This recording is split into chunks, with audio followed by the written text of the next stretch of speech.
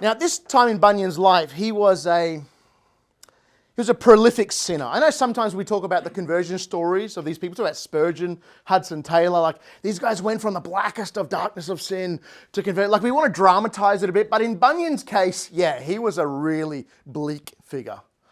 In fact, he is known to be the worst swearer of all of the people that lived within his town. It was so bad, apparently, this is a true story, it was so bad, apparently one afternoon, while he was just walking his merry way, just cussing like a pirate, that there's a lady hanging out a kitchen window, maybe she's preparing pie or she's hanging out laundry, I don't know, and she's known as the town swearer, and she stops and says, "Bunyan, you need to dial it back."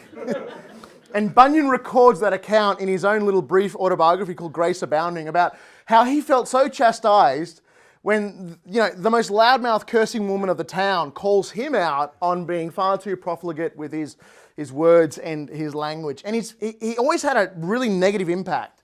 He was accused at the time of being so bad that if anyone else chose to have company with him, he would always sully them. He would always have a way to convince them into mischief or some desperate sin or some rambunctiousness. He was just an uncontrollable little terrier of a young man as he grew. But he was also fairly daring. There's one story of him walking along a path and there is an adder, a venomous snake, and he just presses his heel upon the neck and pulls the snake's mouth open and starts pulling the fangs out of its mouth for sport.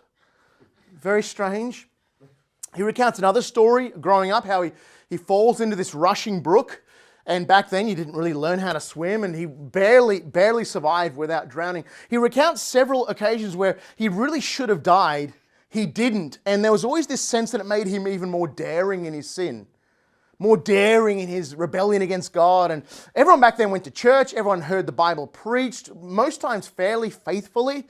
It had no effect on him whatsoever. He was a true degenerate, if there's anyone that deserves that particular appellation.